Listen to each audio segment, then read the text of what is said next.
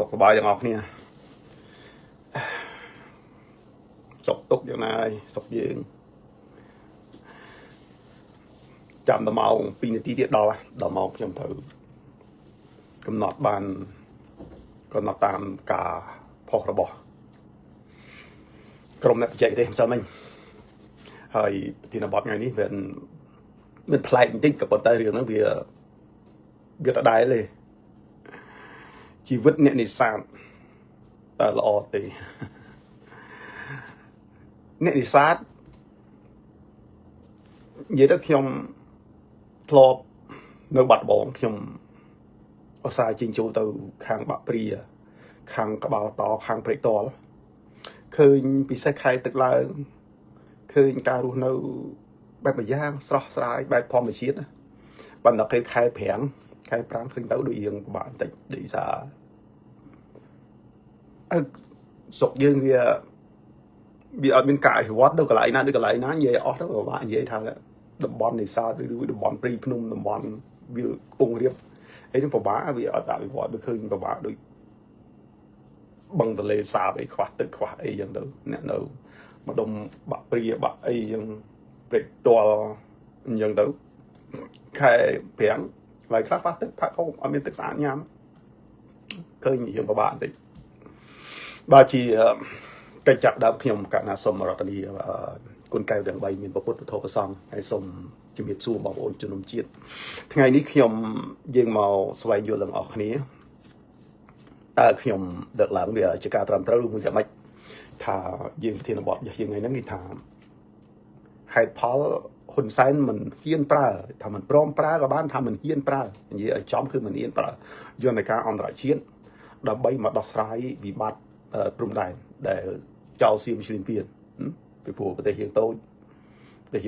មានធម្មតូចឯខ្សោយសិង្ហបុរីតូចដែរតែខ្លាំងប្រទេសតូចច្រើននៅលើពិភពលោកនេះដែលគេខ្លាំងតែយើងតូចឯខ្សោយគេថាយើងអត់មានអីតតាំងគេក្រៅពីការប្រើច្បាប់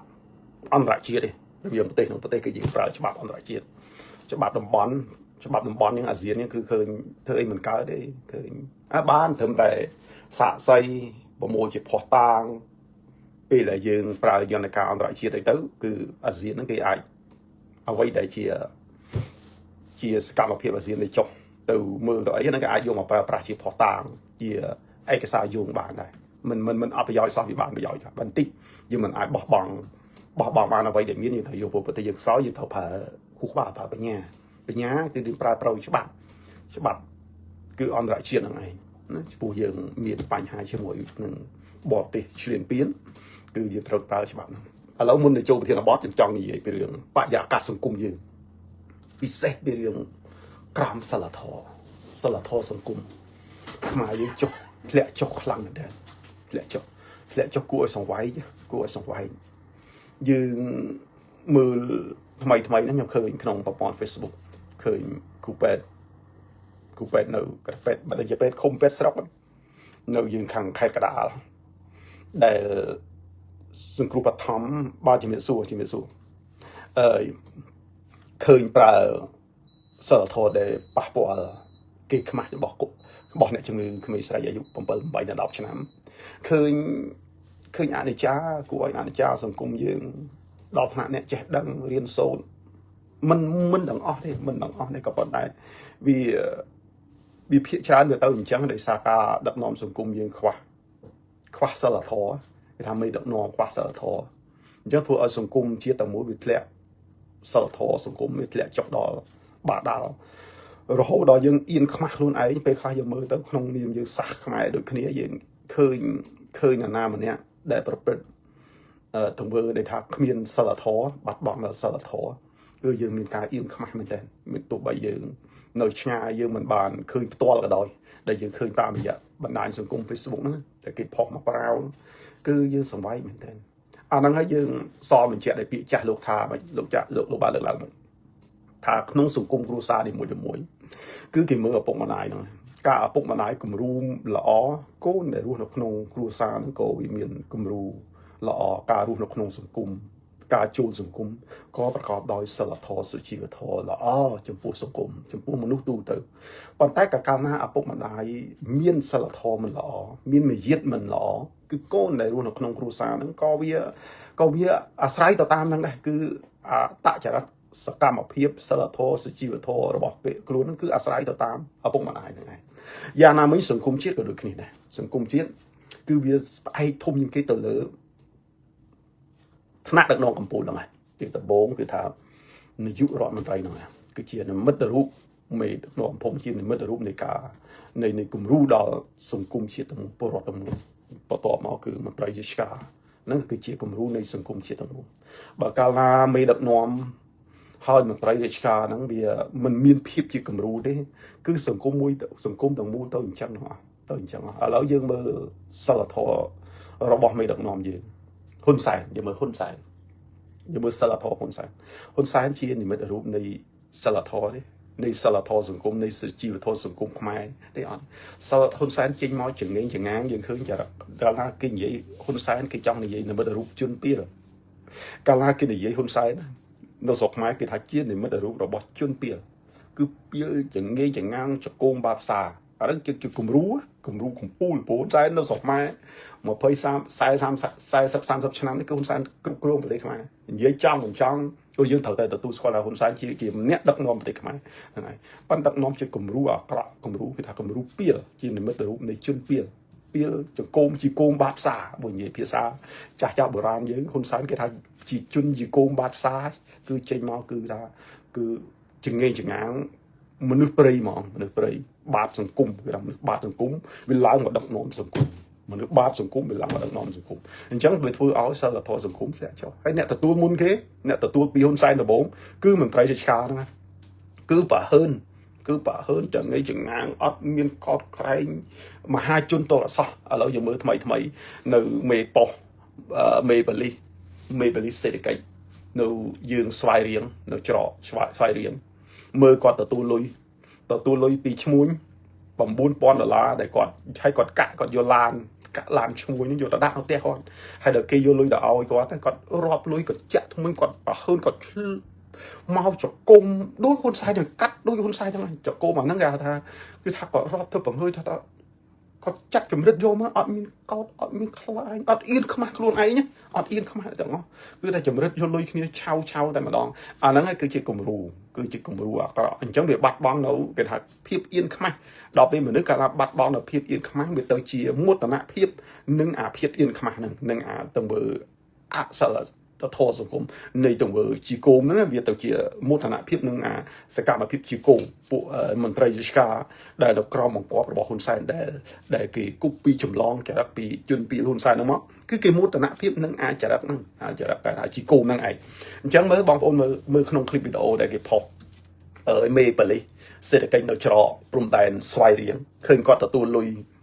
យពីឈ្មួញ$9,000ហើយគាត់ចាក់ថ្មិញក៏រាប់ធ្វើបង្ងើយហើយក៏សើចគាត់អាលាក់ជើងចេញមកជីគោមហ្មងជីគោមខេមណាមៀបសួនបងប្អូនហ្នឹងហើយអញ្ចឹងហើយយើងឃើញថាសង្គមយើងហ្នឹងខេមណាអូនសុខសប្បាយឃើញថាសង្គមយើងហ្នឹងវាមិនទាំងមន្ត្រីទាំងមនុស្សមួយចំនួនធំហ្នឹងទាំងអ្នករៀនសូត្រទៅទៀតវាទៅមោទនភាពនឹងចរិតយីកូមបាផ្សារហ្នឹងអានោះដោយសារវាយកគំរូពីហ៊ុនសែនគាត់មោទនភាពហ្នឹងអាហ្នឹងគាត់សប្បាយតែគាត់ទៅហើនគាត់យីកូមបាផ្សារគ្នាអាណាធ្វើអីអញគ្រាន់បើអញបកែអញខ្លាំងគ្មានអាណាអាចធ្វើអីបាននៅស្រុកខ្មែរមានអញហ៊ុនសែនអញ្ចឹងអាមន្ត្រីនៅក្រៅបង្ករបស់ហ៊ុនសែនហ្នឹងគឺចរិតពីលយីកូមហ្នឹងគឺចម្លងតាមហ៊ុនសែនហើយទាំងអស់របៀបគ្រប់គ្រងរបៀបដឹកនាំកាលពីថ្ងៃខែកន្លងទៅខ្ញុំឃើញคลิปវីដេអូមួយនៅខេត្តស្វាយរៀងដែរនៅខេត្តស្វាយរៀងហ្នឹងឃើញយើងក្រុមប៉ូលីសនិងក្រុមបញ្ជាការពារភូមិគេទៅចាប់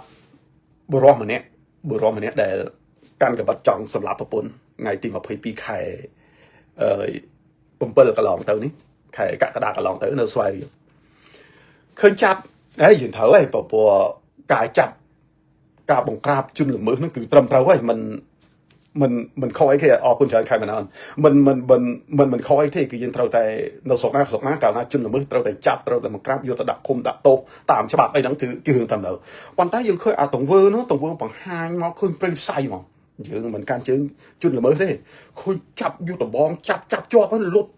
អីវាអត់មានជាគំរូអាហ្នឹងយើងចង់ធ្វើអីធ្វើទៅដាក់នៅក្នុងឃុំក្នុងអីទៅតាមច្បាប់តាមអីវាចប់ហើយមិនបាច់យំខ្ញុំអីពេញហ្នឹងហ្មងហើយសិតតែអាវមន្ត្រីបលិសអាវមន្ត្រីអាវពួកបញ្ជាប្រជាការពារភូមិឃើញវាយចង់ពេញហ្នឹងមកទៅជាជនល្មើស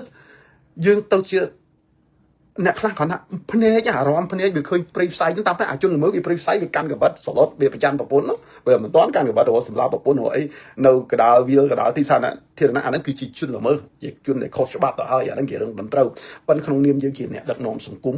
ដើម្បីធ្វើឲ្យសង្គមនឹងវាគោរពច្បាប់សង្គមវាមានសិលធម៌សង្គមវាពោពេញទៅដោយគេថាមនុស្សដែលស្អាតស្អំគោរពច្បាប់គោរពមានសិលធម៌ត្រឹមត្រូវមានសុជីវធម៌ណា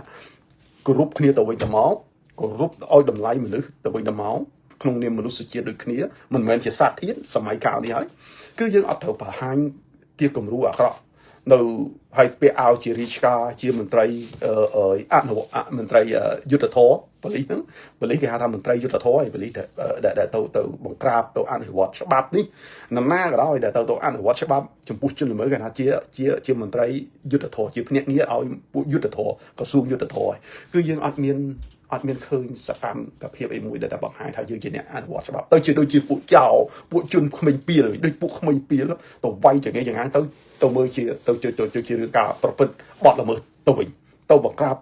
ជនល្មើសខ្លួនឯងហ្នឹងទៅខ្លាចទៅជាអ្នកប្រព្រឹត្តបទល្មើសទៅវិញអាហ្នឹងឃើញព្រៃផ្សៃអញ្ចឹងឃើញថាសិលធម៌សង្គមយើងគឺវាមានការធ្លាក់ចុះមែនតើគឺថាប្រទេសយើងចុងក្រោយនេះគឺយើងសង្វែកមែនទែនសង្គមជាតិយើងសង្វែកមែនទែនដោយសារឃើញសិលធម៌សង្គមវាធ្លាក់ចុះដល់បាតហើយមនុស្សគឺថាអ្នករៀនសូត្រអ្នកមានស័ក្តិមានលុយគឺថាគឺចង្លីចង្អាងហ្មងគឺថាឡើងទៅគឺថាត្រួតគេត្រួតឯងហើយមោទនភាពទៅនឹងអារិទ្ធពាយគោមអារិទ្ធពាព្រៃផ្សៃទៅតាមហ៊ុនសែនហ្នឹងឯងទៅតាមរបៀបហ៊ុនសែនចរិតហ៊ុនសែនហ្នឹងអញ្ចឹងយើងឃើញយើងអាណិតយើងអនុចារប្រទេសយើងមែនតើហើយអ្នកដែលរងគ្រោះពលរដ្ឋដែលទុនខ្សោយអ្នកដែលក្រីក្រអ្នកដែលគ្មានបកគ្មានពួកគ្មានក្រុមរស់នៅដែលថាសុំសុខស្រុកខ្មែរនេះអារស់នៅតាមសុំសុខគឺនៅនឹងស្លាប់មុនគេនៅនឹងស្លាប់នេះវិញអ្នកដែលរស់នៅគឺថាហ៊ានឆ្អិនក្បាលស៊ីក្បាលឆ្អិនកតុយស៊ីកតុយឆ្អិនកន្លែងណាស៊ីកន្លែងហ្នឹងណាហ្នឹងគឺរស់បានរីឯអ្នករស់ទៅថារស់តាមសមត្ថភាពរបស់ខ្លួនរស់ទៅតាមសិលធម៌សុជីវធម៌សង្គមខ្មែរដែលបានបង្ហាត់បង្រៀនមកគឺអ្នកហ្នឹងរស់ពិបាកគឺថាគេពៀពពួកហ្នឹងវាដើរពៀគេពៀឯងវិញហ្នឹងទាំងរីឆ្កាទៅទាំងអ្នកមានបានទៅទាំងអ្នកមានខ្នងមានបកពួកទាំងអ្នកចង្អាគឺថាវេទនាឃើញសិលធម៌សង្គមយើងធ្លាក់មែនតើគឺយើងក្នុងនាមជាខ្មែរទោះបីយើងនៅទីណាយើងឃើញទស្សនវិជ្ជាបែបហ្នឹងគឺយើងមានការព្រួយបារម្ភអាណិតសំណោះកូនខ្មែរយើងតចំនួនមកទៀតគ្នាទទួលរងនៅគេថាអាគេដំណើររបស់ហ្នឹងដែលក្នុងនាមយើងជាមនុស្សចាស់យើងមិនបានរួមគ្នាដើម្បីកសាងសង្គមមួយឲ្យស្អាតស្អំសង្គមមួយពោពេញទៅដោយគេថាសុជីវធម៌គេថាមនុស្សរស់នៅប្រកបដោយបរិស្ថានសង្គមល្អគេថាបរិស្ថានសង្គមយើងសពថ្ងៃវាអាប់អួរវាកក្រិចពោពេញដោយពុលជាតិពុលឡើងអស់ទៅពីរឿងអប់រំពុលរឿងអប់រំទៅពីរឿងផ្នែកច្បាប់ពុលនៅក្នុងក្រមច្បាប់ទៅផ្នែកអីខាងសេដ្ឋកិច្ចខាងវប្បធម៌គឺពុលពេញទាំងអស់គឺជាបរិស្ថានសង្គមយើងសពថ្ងៃគឺរបៀបពុលពោពេញដោយផ្សែងពុលពេញហ្នឹងអាហ្នឹងដោយសារយើងខ្វះមេដឹកនាំល្អមេដឹកនាំដែលមានសិលធម៌ល្អមេដឹកនាំដែលមានសុជីវធម៌ដែលស្រឡាញ់យុទ្ធប្រជាពលរដ្ឋដូចជាកូនចៅរបស់ខ្លួនណាហ៊ុនសែ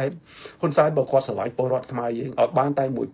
យផ្នែកតូចនៃគាត់ស្រឡាញ់គ្រួសារគាត់គឺល្អមែនតើប៉ុន្តែគាត់អត់ស្ទាល់តែសោះកូនគាត់ពីណាប៉ះកូនគាត់ប៉ះគ្រួសារគាត់អត់បានកុំថាប៉ះដៃប៉ះជើងប៉ះតែពាក្យសម្ដីគឺអត់បានគឺហ៊ុនសែនគាត់ប្រកាសគាត់ថានៅប្រទេសកម្ពុជានេះឲ្យពីណាប៉ះតកូលហ៊ុនទោះក្នុងតម្លៃណាគឺហ៊ុនសែនអត់ខ្លាច ឲ្យខ្លាយនឹងលេងឲ្យខ្លាយនឹងទូទាត់នេះមានន័យថាម៉េចទោះបីកាត់ប្រទេសឲ្យគេក៏ត្រូវកាត់ដែរដើម្បីរក្សាការពារ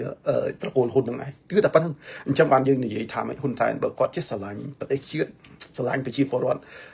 ឲ្យបានតែមួយភាគដែលគាត់ស្រឡាញ់ត្រកូលហ៊ុនរបស់គាត់ក្រុមគ្រួសាររបស់គាត់គឺប្រទេសជាតិយើងគឺល្អមែនទេថ្លៃថ្នូរអត់មានបរទេសណាហ៊ានមកឈ្លានពានមកមើងងាយដោយសពថ្ងៃហ្នឹងទេណាដោយសារហ៊ុនសែនគាត់អត់ខ្វល់រឿងប្រទេសជាតិរឿងប្រជាពលរដ្ឋគាត់និយាយថាមិនមែនជារឿងរបស់គាត់មិនមែនរឿងគ្រួសារគាត់មានរឿងគ្រួសារគាត់អញ្ចឹងហើយបានខ្ញុំចេះតែនិយាយដដែលថាហ៊ុនសែននេះមិនមែនជាមេដឹកនាំប្រទេសទេគាត់បានគាត់ដូចគាត់ដឹកនាំប្រទេសដូចជាដឹកនាំក្រុមហ៊ុនហ្នឹងដូចប្រទេសកម្ពុជាហ្នឹងគឺជាក្រុមហ៊ុនរបស់គាត់អញ្ចឹងគាត់ចង់កាត់ជ្រៀកចង់អីយ៉ាងម៉េចតាមចិត្តគាត់លើអង្គើព្រៃផ្សៃរបស់គាត់ចង់ធ្វើចំពោះប្រជាពលរដ្ឋមិនគឺថារឿងរបស់គាត់ទាំងអស់អាហ្នឹងហើយគឺឲ្យសិលធម៌សង្គមរបស់យើងវាចុះថយមែនទេយើងមើលគ្រូពេទ្យណាថ្នាក់ប្រធានដោយប្រធានយើងមណ្ឌលទៀតណាប្រធានទៀតណាដែលប្រព្រឹត្តអំពើអសិលធម៌ចំពោះជនរងគ្រោះដែលទៅសង្គ្រោះបឋមទៅប៉ះពាល់កន្លែងអៀនខ្មាស់របស់គ្នាហើយលើកគោកមកឃើញคลิปវីដេអូថតផុសហ្នឹងរឿងប៉ុណ្ណាឥឡូវគឺថាគេព្យួរគេអីគេការងារការអីមិនដឹងជាទោសអីតែប៉ុណ្្នឹងឃើញមិនដឹងហ្នឹងទៅសិង្ហសូនបុកលុយបុកអីទៀតគឺចប់ទៀតហើយដូចយើងឃើញថ្មីឃើញហ្នឹងបើណាកែមិនអាចមើលថ្មីនេះឃើញមានអីណាលឺសូនអ្នកដែលបាញ់គេស្លាប់បាញ់អីណាចេញទៅធ្វើមេប៉ោះមេបលិសឯណាទៀតបាត់ហើយអាហ្នឹងសង្គមខ្មែរយើងវាអាក្រក់អញ្ចឹងវាជាឱកាសឲ្យពួកព្រៃផ្សៃពួកពីលដែលមានឱកាសទៅដឹកនាំទៅគ្រប់គ្រងទៅចាត់ចែងហើយពួកហ្នឹងកាលណាវាកាន់កន្លែងណាវាទៅធ្វើជាកន្លែងឆក់ប្លន់កន្លែងហ្នឹងឃើញប្រទេសយើងខ្លាយទៅជាប្រទេស scam លើពិភពលោកគេល្បីប្រទេសយើងគេប្រទេស scam ណាអញ្ចឹងបានថាប្រទេសយើងអភ័ព្វមែនទេនៅប្រទេសយើងគឺថាលៀងល្បីពីរដងគេស្គាល់កម្ពុជាពីរដងស្គាល់ម្ដងគឺសម័យខ្មែរក្រហមជាមេដឹកនាំមិនដឹងរៀនសូត្រពីណាខ្មែរក្រហមពួកប៉ុលពតមកដឹកនាំប្រទេសសម្លាប់ប្រទេសពលរដ្ឋខ្លួនអញអស់រាប់លានអ្នកវាមិនដឹងជាមានរូបមន្តមកពីណាដែលដឹកនាំឲ្យប្រទេសនឹងវារីកចម្រើនឲ្យប្រទេសខ្លាំងទៅសម្លាប់ប្រជាពលរដ្ឋខ្លួនឯងចោលសង្គ្រាមមានសួនណាវាចេញមកសុទ្ធតែរឿងប្លែកពីគេវាអស្ចារ្យមកលេពិភពលោកគេនាំនេះអស្ចារ្យគេស្រាវជ្រាវរនេះឃើញគេឡើងទៅឋានប្រចាំឡើងទៅភពអង្គារស្អីឃើញគេស្រាវជ្រាវអាខ្មែរយើងនេះមេដឹកនាំខ្មែរយើងវាចេញមកប្លែកមកធ្វើឲ្យពិភពលោកគេស្គាល់ខ្មែរលើពិភពលោកថាមានរបបប៉ុលពតរបបខ្មែរក្រហម3ឆ្នាំ8ខែសម្រាប់ពលរដ្ឋខ្លួនឯងអស់រាប់លានអ្នក2-3លានអ្នកអញ្ចឹងទៅនេះវាអស្ចារ្យណាធ្វើឲ្យគេស្គាល់ខ្មែរនៅលើពិភពលោកដល់គេឥឡូវនេះគេស្គាល់ខ្មែរមួយទៀតគេស្គាល់គឺស្នាដៃហ៊ុនសែនវាមិនដឹងជាសេដ្ឋកិច្ចវាស្អីចេញមកវាបង្កើតបទល្មើស scam ទៅជាប្រទេសខ្មែរអញ្ចឹងបង្កើតក្រុមហ៊ុន scam នៅកន្លែងណាយើងឃើញយើងមើលពីចម្ងាយអ្នកដែលគ្រប់គ្រងគណៈបព្វជិជននៅក្រៅប្រទេសអូគេថាស្រុកខ្មែររីកចម្រើនឃើញអាគារខ្ពស់សំបីតែនៅតាមព្រំប្រទល់ដែនយើងអីព្រំប្រទល់ដែនយួនព្រំប្រទល់ដែនសៀមព្រំប្រទល់ដែនលាវនៅតំបន់ចុងកាត់មិនយកអាគារខ្ពស់20-30ជាន់នោះសត្វមកល្បីអួតយ៉ាងហ្នឹងអូខ្ពស់អាគារខ្ពស់រីកចម្រើនដល់ពេលចង់បញ្ចប់គេអាមេរិកកាំងគេរកឃើញអាហ្នឹងគេទម្លាអាហ្នឹងសតតែអាគារពួក scam គឺថាលួចប្លន់លើពិភពលោកអញ្ចឹងធ្វើឲ្យពិភពពួកថាធ្វើនៅក្នុងស្រុកគឺមិនសូវល្បីហ្មងអានេះវាលួចប្លន់លើពិភពលោកអញ្ចឹងធ្វើឲ្យពិភពលោកគេស្គាល់កាលណាគេនិយាយស្រុកខ្មែរគេថាស្រុកចោលគឺថាអុក្រិតកម្ម scam លួចលុយពីចាស់ស្រុកគេនេះទៅណាអញ្ចឹងធ្វើឲ្យគេស្គាល់ទៀតឥឡូវគេស្គាល់ខ្មែរទៀតកាលណាគេនិយាយខ្មែរគេថាជារដ្ឋអុក្រិតរដ្ឋខ្មែរយើងកាលណាគេនិយាយគេថារដ្ឋអុក្រិតអតកម្មscam onlineវាទៅអញ្ចឹងគេស្គាល់យើងទៀតអញ្ចឹងថាស្រុកខ្មែរគេស្គាល់ពីរដងមួយស្នាដៃប៉ុលពតពីរស្នាដៃហ៊ុនសែនធ្វើឲ្យគេស្គាល់ខ្មែរគឺស្គាល់សិតតែរឿងអាក្រក់ណាដូនតាយើងខំកសាងអង្គរវត្តប្រាសាទល្បីយើងខំផ្សព្វផ្សាយមិនល្បីមកល្បីអំពើអាក្រក់នេះអំពើអក្រិតនេះគឺល្បីលឿនព្រោះអាហ្នឹងវាធ្វើឲ្យគេឈឺចាប់ហើយអាមនុស្សកាលណាឈឺចាប់វាដើរនិយាយអញ្ចឹងវាធ្វើឲ្យគេស្គាល់លឿនណាគេស្គាល់លឿនអញ្ចឹងគេស្គាល់កម្ពុជាសពបច្ចុប្បន្នគេស្គាល់កម្ពុជាគេថាកម្ពុជាគេថាជាប្រទេសអុក្រិតណាអាហ្នឹងស្នាដៃត្រកូលហ៊ុនអាហ្នឹងគេដំណើរត្រកូលហ៊ុនប៉ុលពតទុកគេដំណើរសម្រាប់ខ្មែរអស់ជិត3លាននាក់ហ៊ុនសែនមានគេដំណើរគឺ scam រត់អុក្រិតរត់ scam ណា scam អនឡាញគឺព្រៃផ្សៃមែនតើបងប្អូនយើងសំណោះសុកយើងមែនតើយើងមើលរហូតដល់យើងមានបញ្ហាដែលសៀមមកឈ្លានពានទឹកដីកម្ពុជានេះយើងអត់មានបរទេសណា ឬមួយមិត្តកម្ពុជាស្នាមមួយអ្នកខ្ញុំថាបរទេសនឹងជាពួកកុម្មុយនីសពួកផ្ដាច់ការឬមួយពួកប្រជាធិបតេយ្យសំបីតែពួកកុម្មុយនីសហើយអត់មានមួយណាម្នាក់ចេញមកថ្កោលទោសសៀមឈ្លានពានកម្ពុជាអត់គឺគេនិយាយតែពីរឿងប្រទេសកម្ពុជាជាប្រទេស scam គេថ្កោលទោសរដ្ឋកម្ពុជាគឺរដ្ឋ scam កូរ៉េគឺជើងគឺប្រតិខាងត្បូងប្រតិកម្មមុនគេគឺព្រោះស្លាប់ពលរដ្ឋគេស្លាប់និស្សិតគេនៅស្រុកខ្មែរដោយសារបញ្ហា scam ហ្នឹងឯងនេះឃើញដល់អញ្ចឹងហ៊ុនសែនបានបន្សល់គេមរតកមួយទៀតគឺគេរំលឹក scam ដែលធ្វើឲ្យពិភពលោកគេឈឺចាប់ពលរដ្ឋលើពិភពលោកគេឈឺចាប់អញ្ចឹងគេចងចាំកម្ពុជាគឺជារដ្ឋអូក្រិតដែលកសាងដឹកនាំដោយត្រកូលហ៊ុនគឺយើងសំណោះសុខយើងសំណោះប្រទេសយើងមែនទែនបងប្អូនឃើញទេប្រទេសយើងតូចពលរដ្ឋក្រពិបាកវេទនាអត់មានការអភិវឌ្ឍគួរណាស់តែពិភពលោកគេសំណោះគេអាណិតគេទៅជួយកសាងប៉ុន្តែជាគេខ្លាចគេភ័យព្រោះយើងខ្លាចទៅជារដ្ឋអ៊ុក្រិតរដ្ឋប្រព្រឹត្តបទអ៊ុក្រិតណារដ្ឋបង្កើត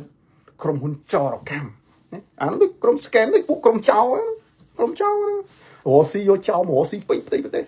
ហើយអ្នកដែលដឹកនាំក្រុមចោរគឺហ៊ុនសែនអត់បាច់ចាំរត់ទៅរកពីណានៅពីក្រោយខ្នងពីណានៅមុខគឺនៅលោកពលរដ្ឋចេញមុខ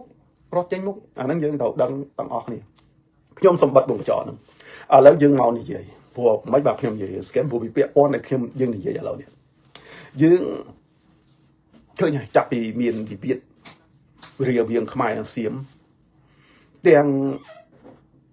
ខ្មែរស្នេហ៍ជាតិនៅក្នុងស្រុកទាំងខ្មែរស្នេហ៍ជាតិនៅក្រៅស្រុកគឺយើងតែងតែជំរុញហើយលើកទឹកចិត្តឲ្យក្រមរដ្ឋាភិបាលដឹកនាំដោយគ្រូសារតកូលហ៊ុនប្រើយន្តការអន្តរជាតិដើម្បីទប់ទល់ជាមួយសៀមយើងមិនដែលលើកទឹកចិត្តឲ្យហ៊ុនសែនធ្វើសង្គ្រាមជាមួយសៀមទេព្រោះយើងថាធ្វើសង្គ្រាមជាមួយសៀម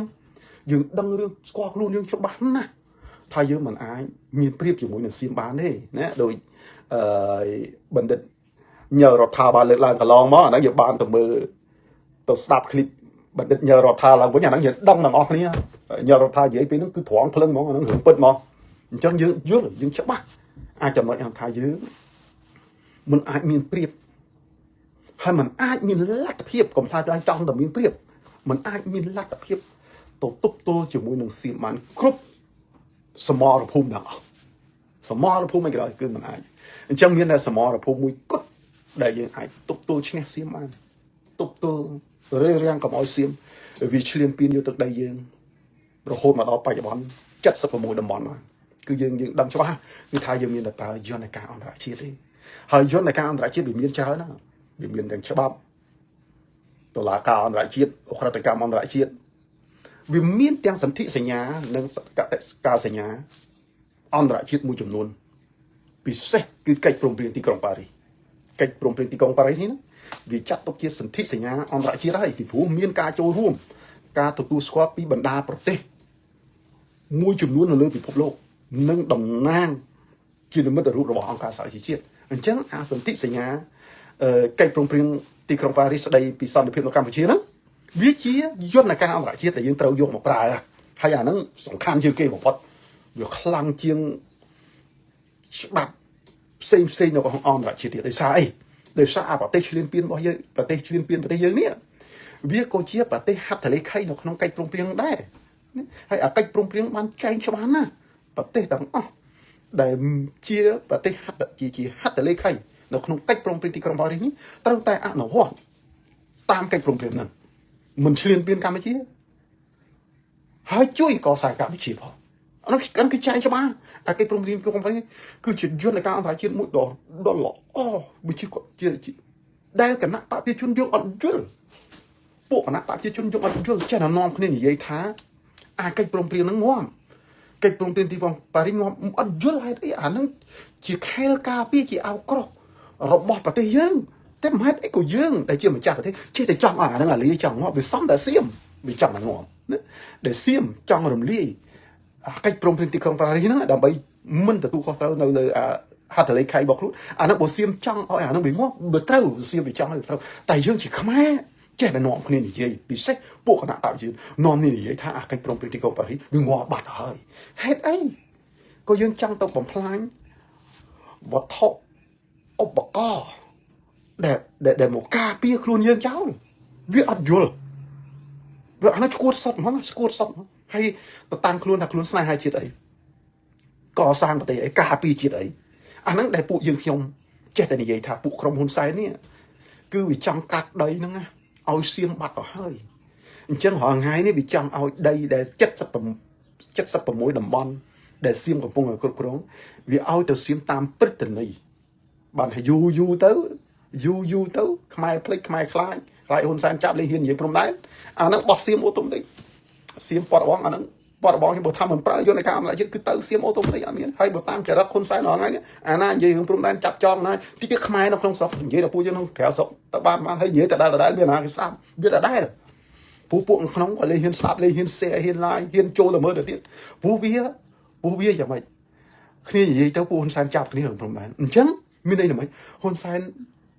ចង់ឲ្យរឿងព្រំដែនខ្មែរសៀមដែលសៀមយក76តំបន់ឲ្យវាបានបាត់បង់ទៅសៀមទៅតាមពេលវេលាឲ្យបាត់បង់ទៅតាមពេលវេលាទៅយូរខ្មែរលេងនិយាយបាត់ទៅហើយសៀមហងៃធ្វើរបងចាក់គ្រឹះបេតុងចាក់អីអស់សាងវត្តសាងអារាមរៀបចំរចនាបថជាប្រទេសគេអស់តំបន់ទាំង76តំបន់ហើយយើង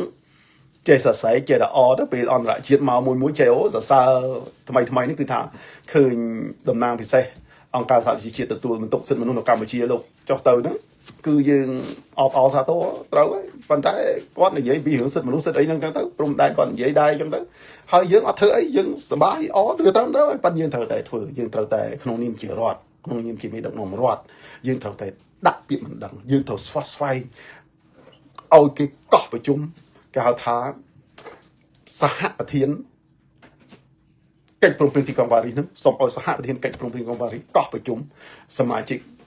ប្រទេសហត្ថលេខីកិច្ចព្រមព្រៀងក្រុងប៉ារីសទាំងអស់ប្រជុំឡើងវិញស្ដីពីសន្តិភាពនៅកម្ពុជាព្រោះអានោះត្រូវនិយាយជាកញ្ចប់អានឹងយើងត្រូវធ្វើអញ្ចឹងចុះហេតុអីក៏យើងនាំគ្នាពួកហ៊ុនសែននាំគ្នានិយាយថាអាកិច្ចព្រមព្រៀងប៉ារីសវាងាប់វាប្រែមិនកើតអានឹងវាមិនមានន័យថាយើងនឹងកំពុងតែក្បត់ជាតិហើយអ្នកដែលនិយាយថាកិច្ចព្រមព្រៀងទីក្រុងប៉ារីសស្លាប់ហើយពួកហ្នឹងឯងក្រុមក្បត់ជាតិអត់បាច់ទៅធរពីណាគឺពួកក្បត់ជាតិពីព្រោះនាំគ្នាទៅសម្លាប់ខែលការពារប្រទេសកម្ពុជាណាអញ្ចឹងកាលណាទៅបំផ្លាញខែលការពារប្រទេសកម្ពុជានឹងហើយគឺជាជនក្បត់ជាតិណាអ្នកអាកិច្ចព្រមព្រៀងទីក្រុងប៉ារីសហ្នឹងយើងត្រូវឲ្យដឹងឲ្យច្បាស់អាហ្នឹងគឺជាខែលការពារកម្ពុជាហើយវាអត់ស្លាប់ទេគឺថាយន្តការអន្តរជាតិអត់ស្លាប់ទេលើកកឹកណាដែលយើងជាសម័យប្រទេសគឺយើងស្នើសុំនារីកចោលគេមិននារីកផងគេអ្នកចុះហត្ថលេខីគេមិនលាកព្រោះកិច្ចព្រមព្រៀងប៉ារីសគេបើកចំហឲ្យមានអ្នកចង់ជួយកម្ពុជាឲ្យចុះសញ្ញេបន្តទៅទៀតមានប្រទេសមួយចំនួននៅអឺរ៉ុបគេចុះហត្ថលេខាបន្តទៅទៀតអញ្ចឹងនិយាយឲ្យស្រួលស្ដាប់អ្នកទាំងឡាយណាដែលចង់បំបត្តិកិច្ចព្រមព្រៀងទីក្រុងប៉ារីសចោលអ្នកនោះហើយក្រុមនោះហើយគឺក្រុមក្បត់ជាតិគឺជាក្រុមដែលបំផ្លាញខែលការពារដ៏រឹងមាំរបស់កម្ពុជាអញ្ចឹងចំពោះពួកយើងនៅក្រៅស្រុកគឺយើងនៅតែរក្សាគ្រប់ខ្លឹមសារទាំងអស់នៅក្នុងកិច្ចព្រមព្រៀងទីក្រុងប៉ារីសសុទ្ធតែជាអាវុធដែលការពារនិងអភិវឌ្ឍប្រទេសកម្ពុជាណាយើងនៅតែរក្សាគ្រប់ខ្លឹមសារគ្រប់មាត្រាគ្រប់វគ្គខណ្ឌទាំងអស់នៅក្នុងកិច្ចព្រមព្រៀងទីក្រុងប៉ារីសសុទ្ធតែជាអាវុធដើម្បីការពារនិងអភិវឌ្ឍប្រទេសកម្ពុជាអញ្ចឹងយើងត្រូវតែរួមគ្នារក្សាកិច្ចព្រមព្រៀងប៉ារីសលើកតម្កើងកិច្ចព្រមព្រៀងទីក្រុងប៉ារីសហើយសូមកោតសរសើរ